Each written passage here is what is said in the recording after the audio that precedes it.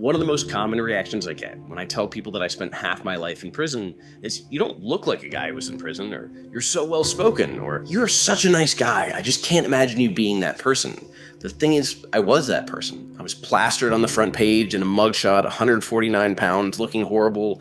And I don't think it's that I was a bad person or that I wasn't a nice guy. It's that I'd gone feral. And that's what happens to a lot of people. It's not that they're fundamentally flawed or broken or evil. They just crack. They crack under pressure. They give in to addiction. They give in to trauma. They give in to unhealthy coping, or they grow out of scarcity. They grow out of poverty, and they do what people around them are doing. They're making a decision that from where they're at seems like a reasonable decision, or they're in a feral state and they're not deciding anything. We're just bouncing from thing to thing, emotionally reacting to whatever's around us. I haven't talked a lot about that decline, and I'm going to talk a lot more in my book, but it's something that I think is important. I think that people need to hear about. I graduated from high school, and I was not on the straight and narrow. I wasn't doing great, but I was doing what I would probably call like normal American kid hijinks. I got in trouble for stealing beer, so I was on probation, and I actually got kicked out of school, but allowed to graduate. So they found a pipe and a scale in my bag because somebody had told them. And so they said, well, we want you to graduate because you're such a good guy, but we don't really want you at school because we think you're selling weed. So do all your assignments, do all your work, do whatever, submit it, take your test, and we'll let you graduate. And I didn't get to go to the graduation ceremony. I didn't get to be a part of it, but I got to graduate from high school. And that was big because there weren't a lot of guys inside. I don't know, probably 60 or 70% of guys, maybe 80% of guys hadn't graduated from high school. And the ones who had generally gotten in trouble later in life. I was on this decline where it was like, well, how do I go from there to committing a robbery and a shooting? Like, how does this happen? And basically what happened was I had a guy who I'd gone to school with that summer. We were on the wrestling team. We were never really close, but he was kind of getting out of a repressive household or a place where like he didn't have a lot of freedom. And so he was going a little wild. So I said, hey man, do you want to run wild? I'm on probation, so I'm supposed to be at home by a certain time every night. So I would go home and then I would jump out my window and he would come pick me up. And I lived in the country, so it was a long drive for him to come pick me up and drive me around. We'd drive around and drink and we'd drive around and get high. And the thing is, then we found cocaine. And what was this kind of like steady, kind of possible decline or maybe maintainable just absolutely went out the window and we went crazy. So he still had his apartment because he and his brother were renting an apartment for $425 a month. Like, can you imagine renting, like, at least where I'm at now, that's inconceivable. So he didn't have to come up with a lot of money. He worked at a restaurant. He made really good tips. Like, he was okay. But it wasn't long before I moved from there into a hotel. And I'm living with this girl who I barely know, but who was attractive and who also liked to do cocaine, as you can imagine, and these two guys. So the guy we used to get our cocaine from was the son of basically the drug lord. And he was 16, but he had a brand new truck and he had a fake ID that was actually printed by the Department of Motor Vehicles. So like it was legit, it would scan and everything. But finally, after getting it from him for a long time, he got pulled over. They found coke and a gun in the car and they gave him bail. But he knew if they ever ran his name again, they would realize he was a 16-year-old kid and not who he was on his license. So he left town. So then the only person I could do was go to his dad. So I go to his dad and his dad said, look, man, make sure you take care of, these kids basically, like make sure they're all right. So these were the guys who were around his son. One was actually an airplane mechanic from El Salvador who came here on a work visa to be an airplane mechanic. Like it was the last thing. I didn't know that until we were sitting in jail. I always thought he was just basically a guy who was like doing the gangster life. Like I was pretending that I was doing or trying to do. The other guy was more, he had done a lot of restaurant work. He'd done a lot of just kind of like general work or what do you call it? Like landscaping. But he, didn't have a specific education. But Oscar was really educated. I mean, it's not an easy thing to become a certified airplane mechanic, be brought into the U.S. to do it. So we're hanging out, and Juan was kind of the calm, like centered one, and Oscar was the crazy one, though, because I remember somebody owed the guy that they used to run with money. And so the guy was like, hey, we're going to go by his house, and we're going to talk to him. I need to get my money. As soon as he opened the door, Oscar just took the gun and started shooting into the house. And he didn't like shoot and then run. He waited till somebody came to the window, and he said, you get the effing money. It's like the guy was kind of crazy. It's almost like from Goodfellas. Whereas Juan was a lot calmer and, didn't do rash or crazy things like that. But it wasn't long before instead of living this great big high gangster lifestyle, we were using so much of our own product that it wasn't sustainable, that we owed people money. And I couldn't live in the hotel anymore. So I'm not living in the hotel. I'm now crashing on Dan's floor. Dan was my buddy from school. So we now have like 5 or 6 people living in this tiny 1-bedroom apartment that was really kind of turned into 2 bedrooms by having somebody live in the living room. We're like crashing on the floor. We're trying to figure out how to make ends meet. And that was when we committed the robbery and the shooting. I was the only one who committed the shooting. I want to be clear. It was that decline because it seemed like, okay, well, what are we going to do now? Like I could go get a job, but man, I need to be able to get this coke and I need to do this. And I just blown up every relationship in my life. So I was in a corner when I owed people money. I had people threatening me. I didn't know what to do. It seemed like going and stealing money was the only option. It was a good option.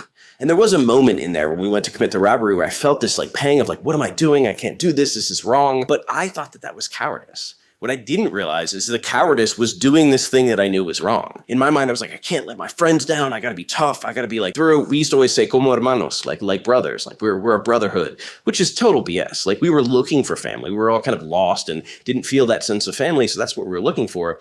That's not what we found. What we found was insanity and addiction and just like trauma all messed up together. I'm in this place. I commit the robbery, and I've talked in detail about the robbery and about the shooting. And then I don't know what to do. And I remember coming home, and the girl that I was dating at the time, it was there, and I'm like streaming tears, and I'm freaked out, and I don't know whether these guys are alive or dead, and I don't know what I'm doing. It was just horrifying. And I looked back and I couldn't recognize myself. So when people say, you don't seem like that person, in a way, I don't feel like that person. It took a long time because I had so much guilt and so much shame because I didn't know how to like move past it. I didn't know what the purpose of those were. And it really helped me that one of the therapists told me, look, Jesse, like guilt is a motivator. That's its job. Its job is to get you moving in a different direction. But once you've moved, there's no point in it. It's just holding you down. It's holding you back. It's keeping you from becoming the person you are and having the impact in the world you can have. And when that really settled in, it took years, I was like, okay, I'm no longer that person. I'm no longer living that life. I'm no longer doing those things. That's no longer who I am because I could no longer do those things. And it really made me feel different. Once I realized that, I looked back and I was like, man, that's what I needed in the beginning. I needed to be around different people. I needed somebody to teach me healthy coping mechanisms. I needed somebody to help me have a space where I could like feel safe and feel okay, because I didn't have that. It's interesting because everybody thinks, or like most of the kids we work with at the juvenile center come from poverty, come from bad neighborhoods, come from difficult situations, but not all of them. And like I grew up in a middle class home. I didn't grow up in the ghetto or in a trailer park or in a place where it was just incredibly scarce.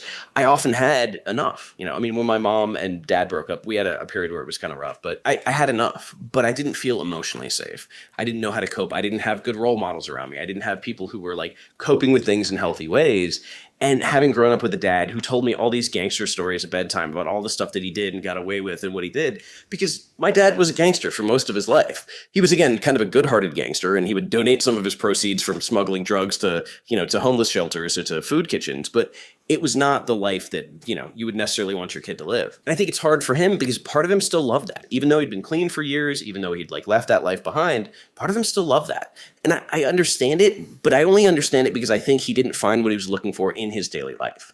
And I think that's the big thing. When we're addicted to excitement or adventure or a certain identity, if we don't find excitement or adventure in our lives, or we don't find an identity that's just as fulfilling, we're going to miss that old thing. Or maybe even if we do have a fulfilling life, we're going to miss that old thing. And I think for me, it was all trauma. So I don't miss that. I don't have any desire to go back to that life I was living or who I was around or what I was doing, but it's because it was all bad. And I think for him, some of it was good. Like he had his wins and his successes and he can hold on to those. Whereas for me, I look at what's gratifying and it was the things that I did in prison. I look at Big Baby and the day he got his GED after 6 months and him coming in, this giant, scary looking guy, streaming tears and picking me up and swinging me around because he was so happy. Like that's what made me happy.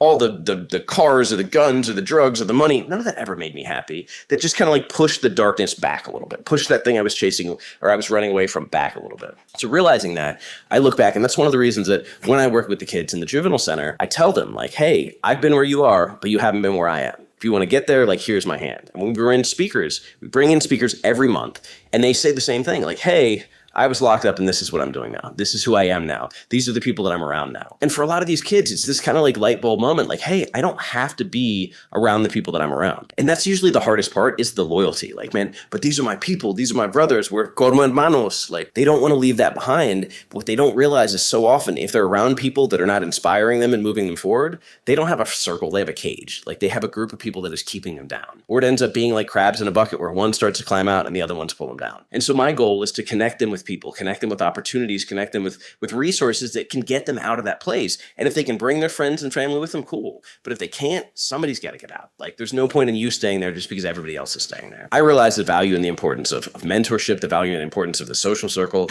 People say your network is your net worth, and that's so true. Not just about money, but about like emotional net worth and emotional value and safety and security and quality of life. Because people who are living in scarcity, it's a tough place to feel safe. It's a tough place to have enough. It's a tough place to be okay. But when I got out of that, when I got around people who were living a good life, when I got around people who had enough, and again, not just money, but enough emotional safety, emotional well-being, enough coping mechanisms, I found a lot more happiness. I found a lot more contentment, and I found a lot more good in my life. And that's why when I talk to people, that's the number one thing I tell them they can change.